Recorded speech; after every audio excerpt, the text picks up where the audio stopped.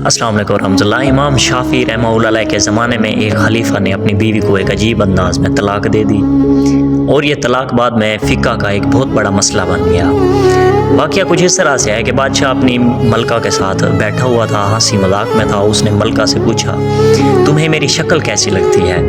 मलका जो बादशाह की अजीज़ तरीन बेगम थी, वो मजाक के मूड में बोली, मुझे आप शक्ल से जहन्नमी लगते हैं। ये फ़िक्रा सुनते ही बादशाह को गुस्सा आ गया और वो बोला, मैं अगर जहन्नमी हूँ तो फिर मैं तुम्हें 3 तलाक़ें देता हूँ। मलका ने यह सुना तो इसने रोना पीटना शुरू कर दिया। बादशाह को भी कुछ देर बाद अपनी गलती का एहसास हो गया। अगले दिन बादशाह सलामत ने मुल्क के तमाम उलमा, मुफ्तियान और इमामों को दरबार में तलब कर लिया और इनसे पूछा कि क्या इस तरीके से मेरी तलाक हो चुकी है। सबका बारी बारी यही कहना था कि हाँ, आपकी तलाक हो चुकी है और शरई लिहाज से मलकाए आलिया अब आपकी ज़ौजा नहीं रही। लेकिन इस महफिल में एक नौजवान आलिम दीन और फ़क़ी मसाइल पे बुर रखने वाला एक नौजवान भी खामोश बैठा था।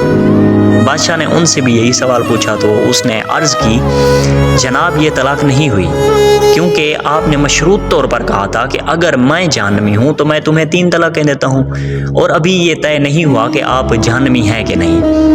आपको अगर कोई जन्नती होने की गारंटी दे दे तो आपकी ये तलाक नहीं होगी। बादशाह सलामत ने जोशीले अंदाज में पूछा, लेकिन मुझे इस चीज़ की गारंटी कौन देगा? सब उलमा कराम ने इस सवाल के जवाब पर अपने सर झुका लिए कि दुनिया में कौन शख्स जन्नती है और कौन जहन्नमी है, इसकी कोई गारंटी नहीं दे सकता। उस नौजवान आलिम दीन ने जब तमाम उलमा कराम को खामोश देखा तो वो बादशाह सलामत से मुखातिब हुआ, बादशाह सलामत, मैं एक सूरत में आपको ये फतवा दे सकता हूँ, लेकिन इसके लिए मैं आपसे एक सवाल पूछूंगा। अगर आपका जवाब हाँ हुआ तो मैं आपको जन्नती होने का फतवा दे दूंगा। बादशाह ने कहा, हाँ पूछो। नौजवान मुफ्ती ने पूछा, क्या आपकी ज़िंदगी में कभी कोई ऐसा मौका आया था कि आप गुनाह पर कादिर थे लेकिन आपने सिर्फ अल्लाह ताला के खौफ से वो गुनाह छोड़ दिया? बादशाह ने सर उठाया और कहा, हाँ एक बार ऐसा हुआ था। मैं अपनी ख्वाबगाह में दाखिल हुआ था और वहाँ एक खात्मा सफाई कर रही थी। वो लड़की इंतहाई खूबसूरत थी।